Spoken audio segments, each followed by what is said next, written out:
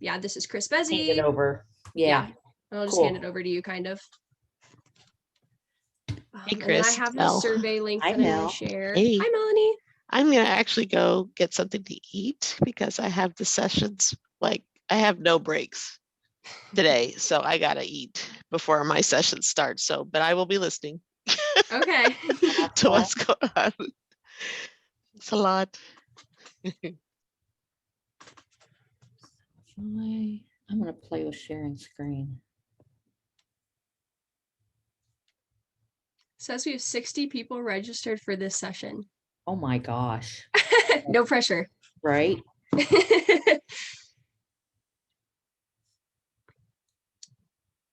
I wonder, we have one person in the waiting room. I wonder if the keynote is still happening. I bet it is.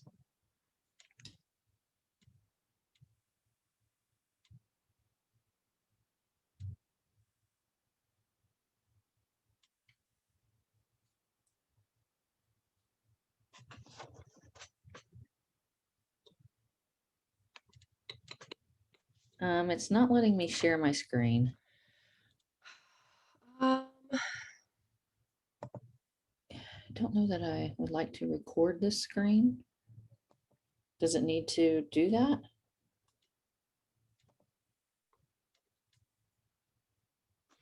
are you pushing the like green share screen at the bottom? There we go. I am, but it And was then you coming up can- weird.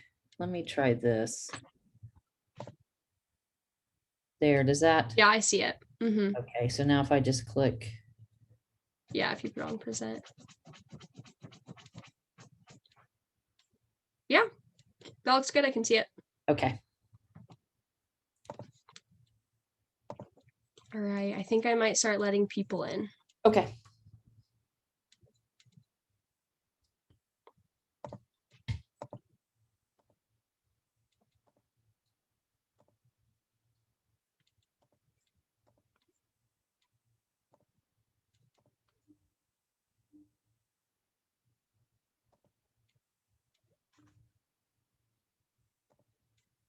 Yay, here they come.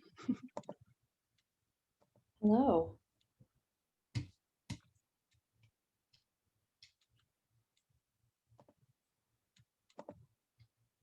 Is everybody coming out of the keynote? That was a really good session. Yeah, I'm guessing it's just wrapping up. So maybe we'll give it 2 or 3 minutes to let people Sure. trickle in.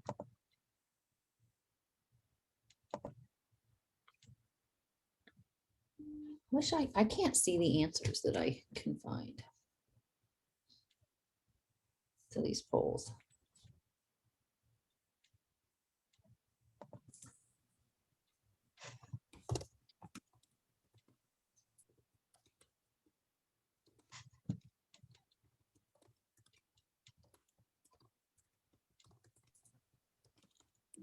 Hi, Chris. It's so nice to see you. I haven't seen you in years. I'm trying to figure out who's talking to me. Yeah. Oh, hey there. How are you doing? Hey. Are you doing well? Hanging in there?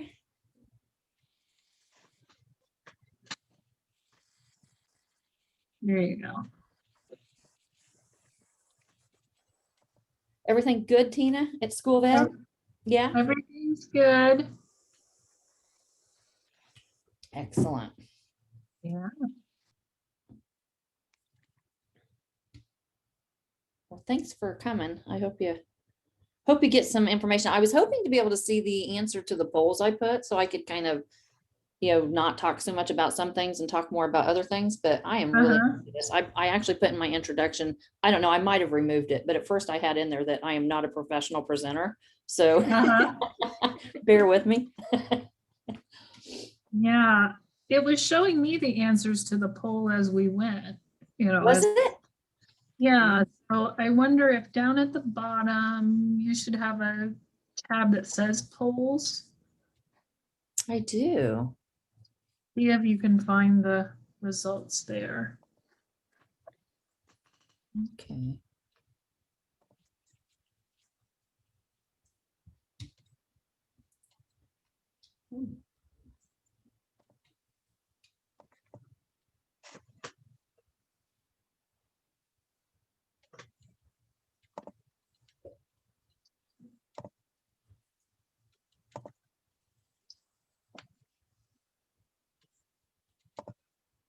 Chris, do you want to start at 5 after? Sure. Okay. Give us a couple minutes. Yeah, people are slowly trickling in. If that works.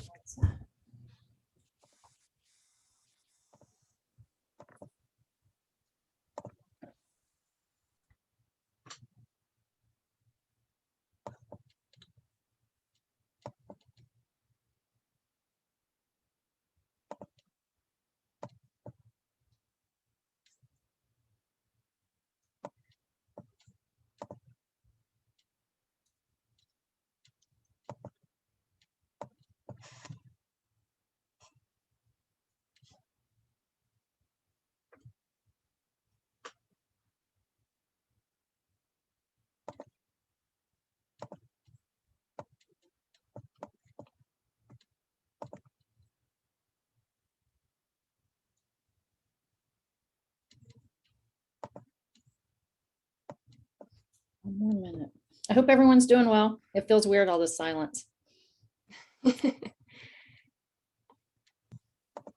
When I do my meetings, I do university supervisor meetings. I actually like chit chat at the beginning and people are like, Tina, just wait. I'm like, no, I hate silence. Let's chit chat. I know. I'm that way too. And this last time they told me you should wait 45 seconds of silence when you ask if what questions people have. That's a really long time. I did it then in that meeting. Did you That's put a really timer long on? time. Tina? But you know what? People asked questions afterwards. They didn't. They weren't going to. But after waiting that long, they honestly asked questions. That uncomfortable pause worked. It really did. Very good. And you're still doing the supervisor trainings? I do. Yep. All virtual now. No more going up to South Bend. Yes. All virtual now. No going to South Bend. All at the same time. Nice. Andy. Very nice. I'm not driving to South Bend. I miss seeing the people face to face, but I don't need to go there. Yeah. All right, Chris, do you want to go ahead and get started? Sure. All right. Welcome, everybody. Today we are here for Agile in Reality. Speaking today is going to be Chris Bezzi. Chris is a Scrum Master at Salesforce and an IU alumna.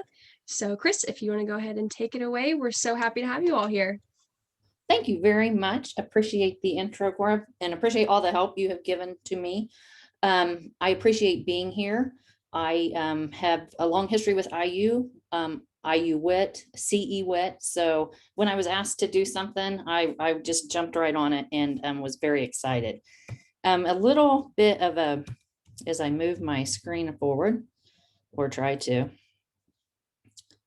There we go. A little bit of an overview. So I'm going to start with just an introduction to myself. I'm going to talk a little bit about Agile, the capital A, looking at some of the frameworks that we use in agility. In particular, we'll look at the Agile Manifesto, kind of what spearheaded a lot of what's going on here. We'll dig in and look at some of the scaled frameworks, why they exist, how they're used. And I'll end with some kind of lessons learned tips. And I hope, I've got a little slide at the end where I have my LinkedIn profile, but if you have a question, put them in the chat. Coral's going to be watching it. And so, please let's let it be organic. If something really grabs you, feel free to reach out. I have a lot of information and I can talk on this stuff for days. And we have, but I want it to be your conversation is kind of definitely where I want this to go. So a little bit of intro to me. I am a mom, a wife, a grandma, and a dog lover. Just some pictures here, my husband and I, when we visited the Grand Canyon. This is my, on the left is a brand new member to our family, my son-in-law. He just joined our family in October. We're very excited. In the middle is the blonde is my daughter. She is an IU alum, School of Informatics as well. She's a Salesforce employee. She was an IU employee. I followed her career, to be quite honest with you. It's a big joke in our family. She worked at Ewitts before I worked at Ewitts, and then she worked at Salesforce, and then she helped me get on at Salesforce. So it really is a big joke in our family. But very happy and proud of that girl. In the bottom right is my mom. This was us socially kind of, in our little tiny, we couldn't have our big family. So this is all we have for Thanksgiving. And then this is my dog Glover. Notice who's at the top of the food chain here. It's my dog. This is Rocky. I adopted him last October, or actually 2 years ago, October.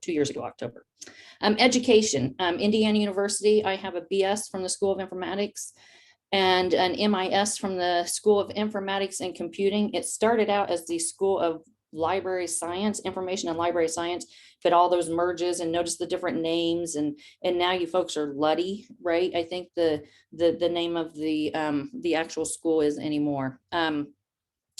Also an Agile Indy board member. I just have to take a second to say, look at this board. There's 5 women on this board. So yeah, can you see yourself here in the future? I think you can. Absolutely. It's a very welcoming environment.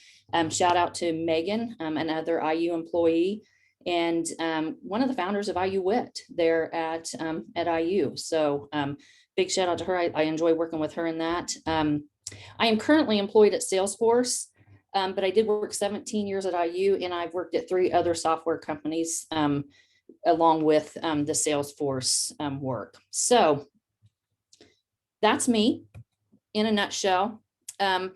Just kind of a big picture here of agility, from waterfall to the capital A Agile, and where I'm kind of this futurist thing, right? This where we're going, where I've watched it go, is this just kind of guided by this Agile mindset, right? We're kind of throwing away some of the must be structured and getting into just flowing with the and keeping the Agile mindset, embracing logical change and lean, right? Instead of focusing on, the one approach. We walked through this stuff because of big upfront design with waterfall, right? It was not nimble. The market changed. A bunch of people realized that, they were making stuff, and it was actually obsolete when it got created, and it was wrong, right? People don't know what they know, or don't know what they want until they see what they want. So it brought in this agile stuff, the Scrum, this iterative approach, some sound development practices. And again, the future part would be the Agile mindset, and we'll continue talking about that.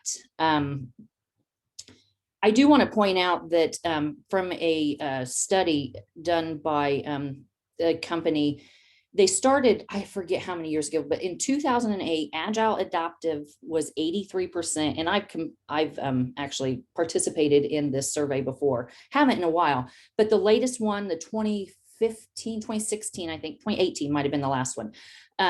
95% adoption rate of agility now. So people are really understanding that you have to be more agile, more nimble, and that type of thing. I wanted to hit on this because it comes up, and I do it sometimes when I'm writing, is it agile or is it agile? And so the uppercase A, we've kind of developed this, right, into an uppercase A, this noun of agile, instead of it just being a trait or a characteristic, right? We've created this where it's, a project management, articulated principles, values. And so the industry has created capital Agile.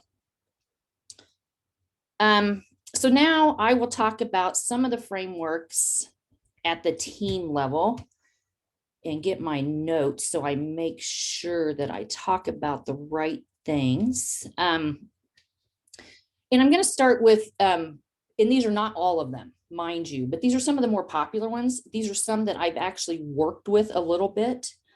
And so I know a little bit about, and I'm going to talk about kind of the agility of them as well. So if we look at this, we see, let me click here. So this is feature-driven development, and I've just gathered visuals from all of the frameworks. It is one of the first kind of, frameworks to kind of get into the iterative thing, right? It was a guy named Jeff DeLuca. He did it with a 50-person development project in a Singapore bank in 1997. But you will notice that the very beginnings of it, the development overall model, it's, you move along a cycle very much like a project management. But here, design, build feature. And then you'll notice you design and build a feature, you design. So they're really starting to introduce that iterative process into it. Also something that has been, is lean. Now lean or Kanban comes from a lean manufacturing. It's straight out of the manufacturing zone, right? And it was literally a process made to visualize work and to manage the amount of oh my gosh, I'm blanking, of stuff that you have ready for the assembly line, right? So they would have too much in this area and then they would run out of parts in this other line, right? So they created this just-in-time thing. You know, when you need a part, you put a card out and that part will show up that night. And so you can just really keep the flow going, maximizing the flow, looking where you're stopping, that kind of thing. We look at WIPs with Kanban, work in progress limits. So we've noticed in the, as things have rolled, that if you have too many things, right, that's where you're getting roadblocks and where you're being stopped. So limit your WIP and things will flow better. And then another one of the frameworks that came out during this kind of time frame was extreme programming. Extreme programming was kind of brought about by Kent Beck, and he's one of the signers of the Manifesto. We'll talk about that in a second. But he really started talking about iterative planning, and he was focused on quality, a lot of focus on quality. His emphasis was teamwork, managers, customers, and developers are all equal partners. We're a collaborative team. So we're really focusing on the team, right? In the collaborative environments, instead of just this top down, build this, here's a big document, you know, I don't want to talk to you until it's over. Just really, really emphasizing that communication is key in making a good product in this information society. And then my favorite, quite frankly, Scrum. So Scrum, quite frankly, was born out of, it was a paper in 1986, straight out of, excuse me, a manufacturing. Again, we're getting a lot of this stuff from manufacturing, right? And just process improvements and stuff. But there was a paper and it referenced Scrum as in the rugby teams and moving the ball up the field at the same time and that type of thing. So a couple guys, Ken Schwaber, Jeff Sutherland, they actually presented a paper in 1992 that took this even further and kind of applied it to software development instead of just the manufacturing. Excuse me, right? We're getting into that, the thought work, because we don't know what we don't know. So presented it again in 1992, and they formalized it in 2009 with a guide. They call it the Scrum Guide. How ideal is that? I'll dig into that one more because, again, that's my favorite. And I think a lot of things have come from that. Scrum and Agile tend to get really combined. Like when you think of Agile, most people instantly go to Scrum, and it's not really just Scrum, right? That's what I'm trying to get about today, is to understand there's a lot to Agile and a lot of different tries, and it may not always be this one would fit perfect for your team, but maybe some pieces of this will fit for your team. And that's the Agile mindset and kind of where we're going. So I'm going to actually now take a road trip down to the Agile Manifesto. Because remember, I told you these, you know, XP was 96. We have the 1992 paper coming out with Jeff Sutherland. We have, you know, Kanban, quite frankly, that came out in the 1940s. We have feature-driven development used in 1997. So we have all this stuff going on in the world, right? And quite frankly, I was just starting at IU at about this time. I was a late bloomer. I spent a decade working for my dad, excuse me, in a car repair industry, and came over to IU really late. So I was a late bloomer with my education. So, but I got into this in a really good time, right? So this stuff was really starting to come about, and the work environment was really starting to change. But it was a bunch of guys, to be honest with you, a bunch of white guys that went to Snowbird, Utah in February of 2001. Some of them were in, you know, from competing companies, but they were all making software. They all knew it wasn't right. They all knew things weren't happening well. They called themselves the Agile Alliance when they ended this weekend. And if you think about it, you know, at this point in time, and I did a little bit of research on this, and I've got some, a lot of information at the bottom of the slides. I'll share it out. But less than half of the actual homes in the US had internet at that point in time. That was the year Napster was taken down, so just kind of think about the way the world was at this point in time when this was going on. And by the way, that manifesto for Agile software, that picture is truly off of their website. It still looks like it today. It's just not very pretty, but I think they like the old school of it. So the manifesto has 4 values and 12 principles. And the 4 values really are focusing again on that iterative development, responding to change, working with people. Don't put a person in between me and the business person. Let me talk to the business person. That's what makes good software. Is to talk to the person. Again, back to that, people don't know what they don't know until they see it. It's like you do, what do you want this to look like? And you're like, I don't know. And someone starts drawing something. You're like, yeah, not like that. Maybe put that over there. And then it gives you something to respond to, right? So they're really digging into that with the values. And then they also wrote up 12 principles.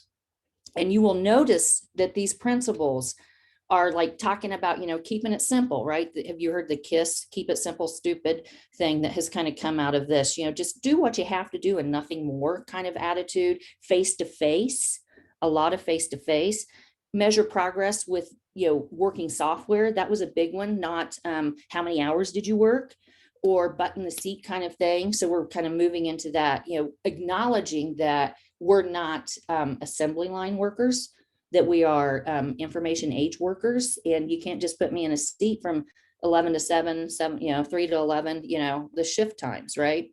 Sustainable pace is coming up because there's deadline, and you're going to meet that deadline, and you'll work day and night until you get that deadline.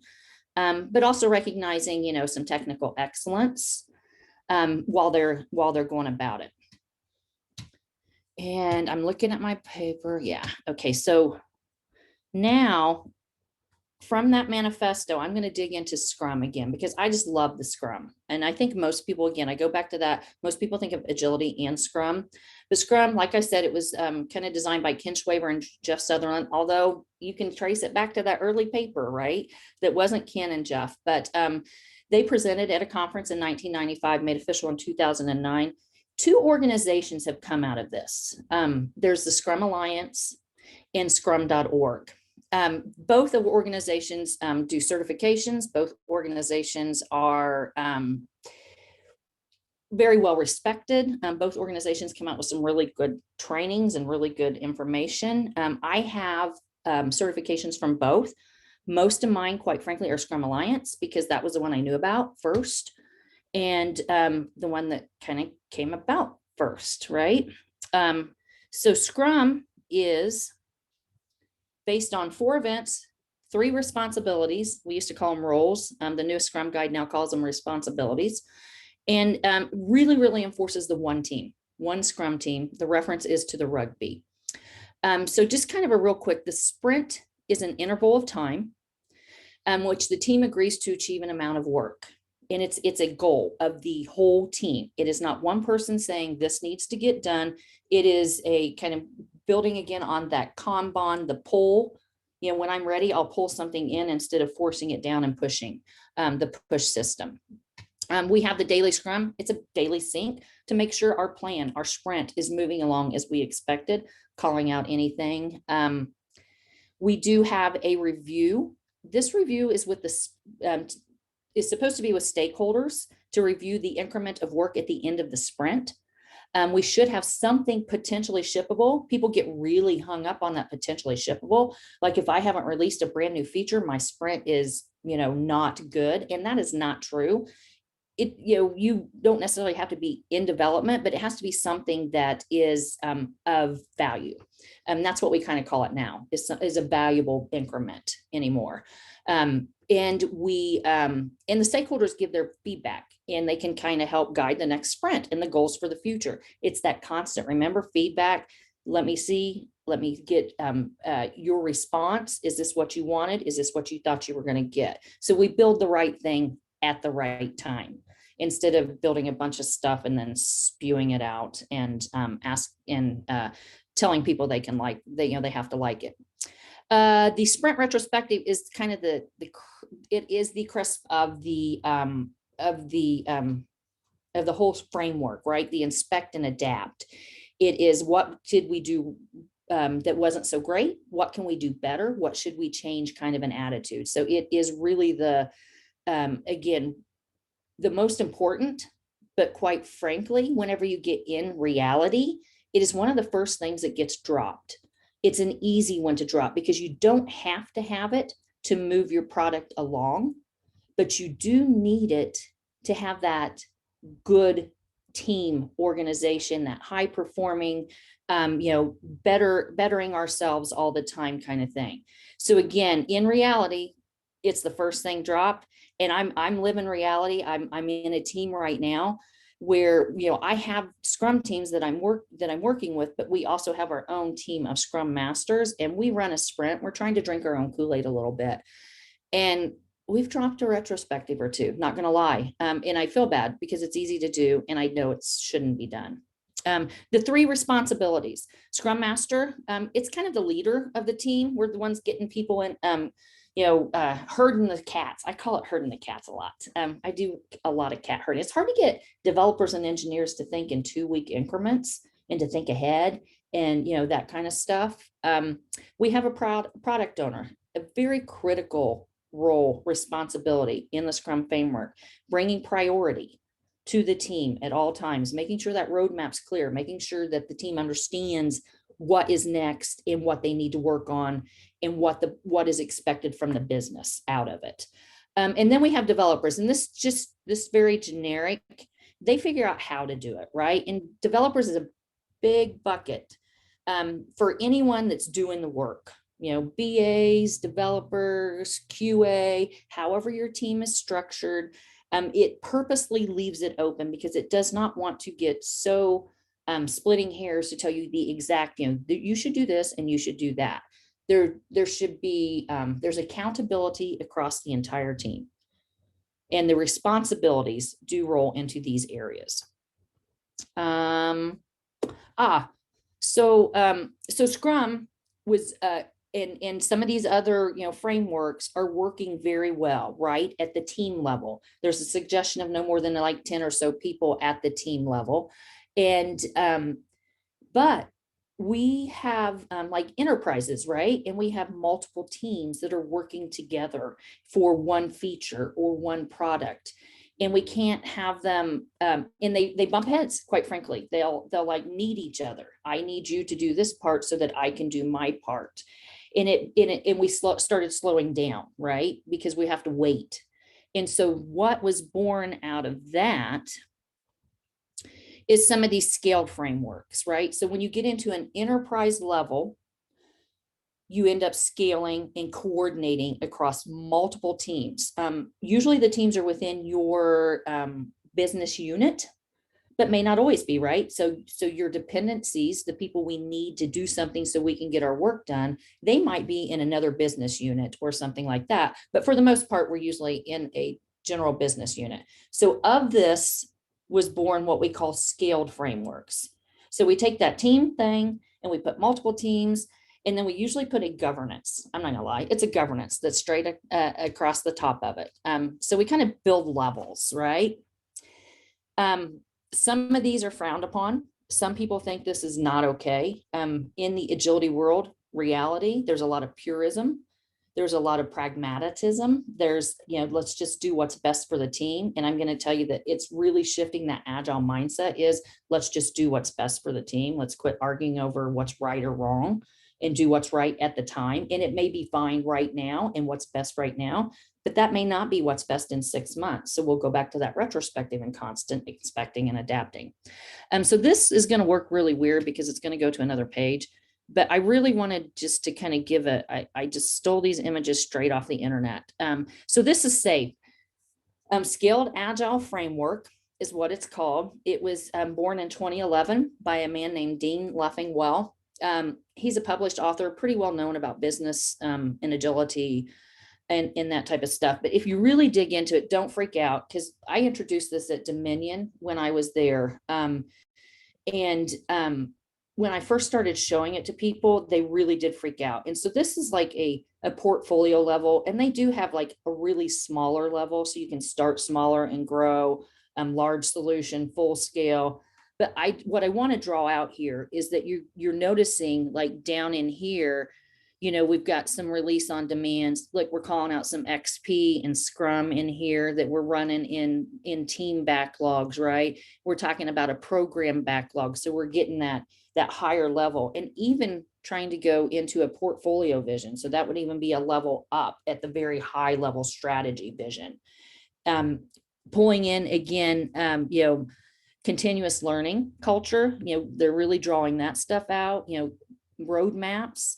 They keep the milestone, right? That's straight out of the, kind of the project management stuff. But again, trying to stay agile as they can, but we definitely have governing and we definitely have enterprise. This framework, I think it's the most popular. It's the most used because I think it's the most closest to what people are used to. Some people will tell you it's the least agile. I don't mind it. We do it at IU. I helped implement it with Megan at IU in student enterprise systems, right? And it works. It works really well. So the next one that we'll talk about, and I don't know as much about this one, but this is this one is called DAD, and it's actually owned by the Project Management Institute. It was started in 2009 at IBM, and you'll really notice that they do have a lot of management words in here. That's kind of can be in reality in agility when you start talking about management and project management, and it really raises hairs of people in that purism, right? We're not managing people, we're not managing projects, we're just kind of helping them move along. But again, look, there's the Scrum in there. They're talking lean. They've got some roles going down. The way of working, team agreements, those are really important in agility too. So they have a lot of the principles and stuff. And again, I don't know as much about this framework, but it is a fairly popular one that I hear about a lot. Another framework is Nexus that's becoming pretty popular. It is from Ken Schwaber. It was actually brought about in about 2015-ish from my research, and it is part of scrum.org. Remember, I told you we have the Scrum Alliance and scrum.org. So the scrum.org functionality came out with this. And I kind of like the simplicity of it. Again, I haven't, I've done a couple of, I've attended a couple of sessions on it, but I've never experienced it. Again, I think it looks like overall it would be a very agile. I love scrum.org anyhow, so I really appreciate their thought minds behind everything they create, and could be a very well and accepted agility. But it is very agile. So again, right, businesses that are trying to move from not being agile, that waterfall mindset, into the frameworks, let alone getting into the real agile mindset. This one might be a little too far, right? A little hard to take straight off the bat, little too agile. And then the last one, and this is one that I don't know much about, but I have attended a couple of trainings.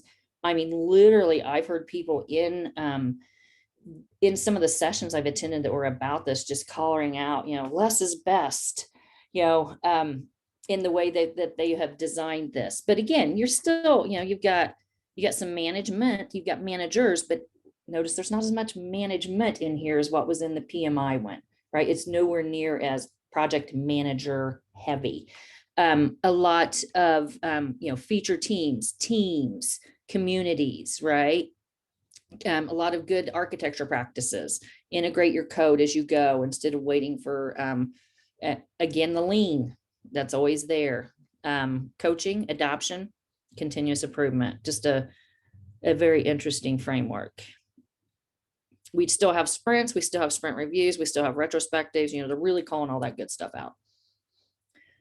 Okay, I actually talked a lot faster than I thought I was going to. So just some of the lessons I've learned over the 20 more years and 15-ish in actual agile. keep your beacon towards the agile mindset in the manifesto. Don't get too hung up on the framework. I love Scrum. I think it's a great start. I think it makes people think about iterative planning and developing, but really keep that beacon towards the agile mindset.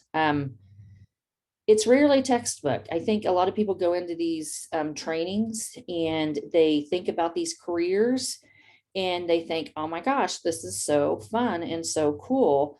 But almost never have I gone into an organization and it just worked the way it was supposed to in the book, right? It's people, it's complex. It's, people have been on a 10, I'm dealing with this right now, been on a 10-year career trajectory, right? To be a service manager.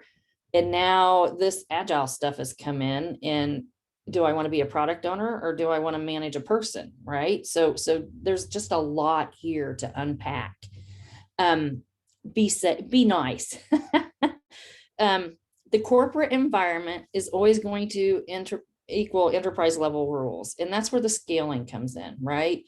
And a lot of people hate it. And, I see the LinkedIn, wars going on a lot about scaling and how, inappropriate that is. And I've even dealt with people on teams that, well, we won't be agile if we have to follow that rule.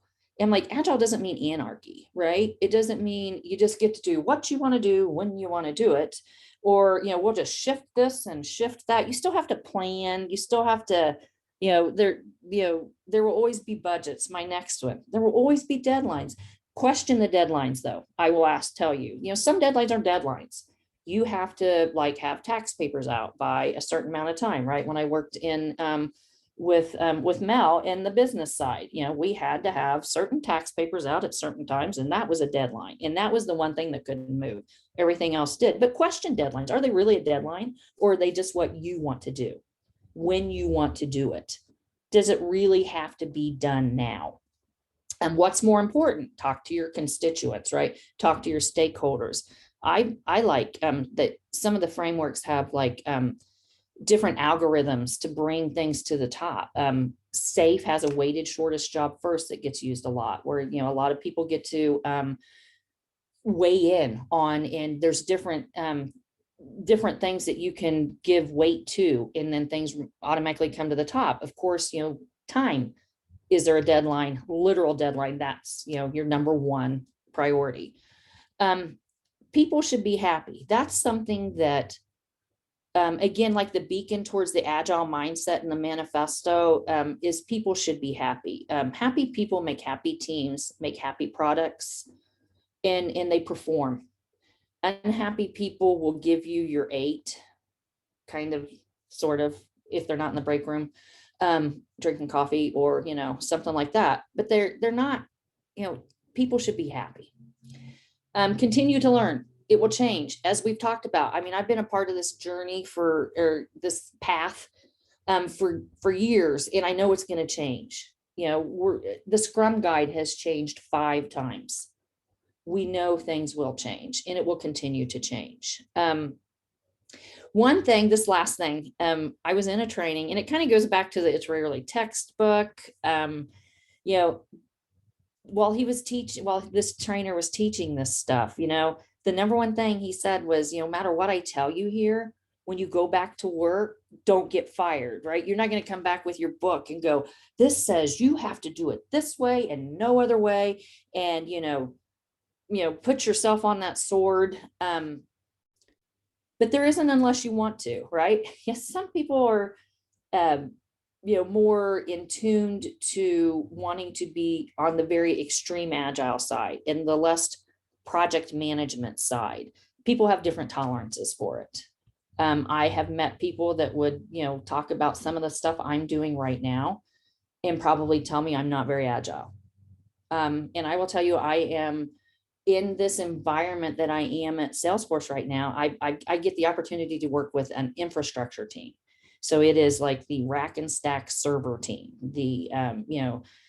and not a very agile area, right? So agile was software development, but it's going everywhere. And I will tell you that after working with them for, the year I've worked with them, they are a lot more agile than they were when I started. Do I consider them to be, the full, I am so far agile? No, but again, do what's best for your teams. I just continue to go back with that. People should be happy. You don't make change for change just because this framework says it should be that way. It's human. People are humans. And that, I think I've hit on all my little notes. Yeah. And does anybody have any questions? I've just talked and talked. I don't know if we can unmute. I don't know. Put any in there?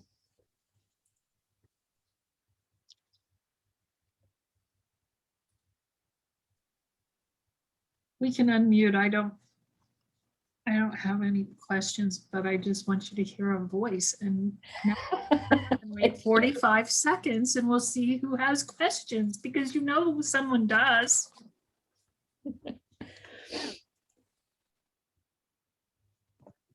It looks like we have a question in the chat. Megan asks, does an agile team assign points to their tasks to decide what to work on and in which order? That's actually a really good question. So that gets into some of the really, again, back into that purist level. We work with, in Scrum, we work with capacity and a term called velocity. And we get to a capacity and velocity by working with teams and using points. You say tasks. I would suggest that we point at a story level and not like at that very task listy level. But yes, they do. We would have during a backlog refinement session, and again, this is very Scrum, your question is, you would refine a backlog and you would have all kinds of what we call user stories. And we would assign points to those user stories. And when we went into a sprint planning meeting, we would have a velocity from the last amount, normally 6 or 7 sprints, of how many points you completed. So you start out with just throwing a bunch in there, right? Seeing how many you can get done. I mean, that's how you start somewhere. And then if they're not getting them done, you would, roll them and you would do less points in that next sprint. Or if they get it all done and we're adding stuff, then we would bring in more points. Eventually, things usually level out. And then with that, we ask at planning, is anyone taking time off? So we, reduce points for that. And we come up with a list of items that we are going to work on. The product owner states a goal for the sprint. So I would like to see load time for this website go from 1 second to, 30 seconds, and so we would want to pull stories in that would allow us to help get that goal for the product owner. So product owner does priority. And the team gets to say, I point this out to teams a lot too, actually. You have the right to say what you can do and can't do during a sprint planning. Like, I'm not going to tell you have to get this done, but there is a responsibility to do what you're going to do, right? And not, and let me know if you can't get it done too.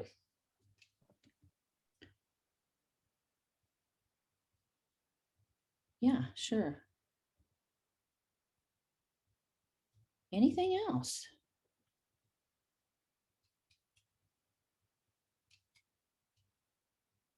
Yeah, there's feedback in the chat. Please give it to me. And again, I'm not a professional presenter, so feedback, please tell me. I'd love to. And if this didn't hit the mark based upon the title or the bio or something, let me know. How do you ensure the backlog doesn't get too extensive? Oh, that's actually funny. That's a fight. That's how it is. You don't. I have gone into teams that have had like thousands of items in a backlog. And what you do is you just try to encourage them to keep it to what is feasible and it's not a wish list. That's what I try to teach product owners. Your backlog really shouldn't be a wish list. You should have a wish list, kind of hanging over in a doc on the other sides, in some kind of a document. But your backlog really should be things that you think are tangible and workable. And some people don't want to get rid of them. I mean, I Like, nope, it's staying in there. I'm like, okay, it's, clutter.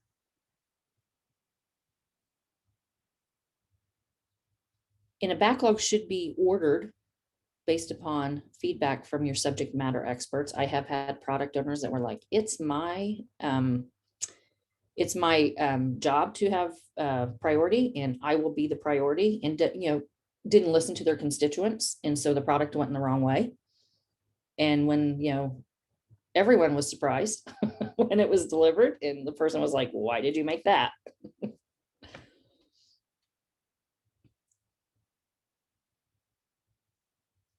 How far do we break down?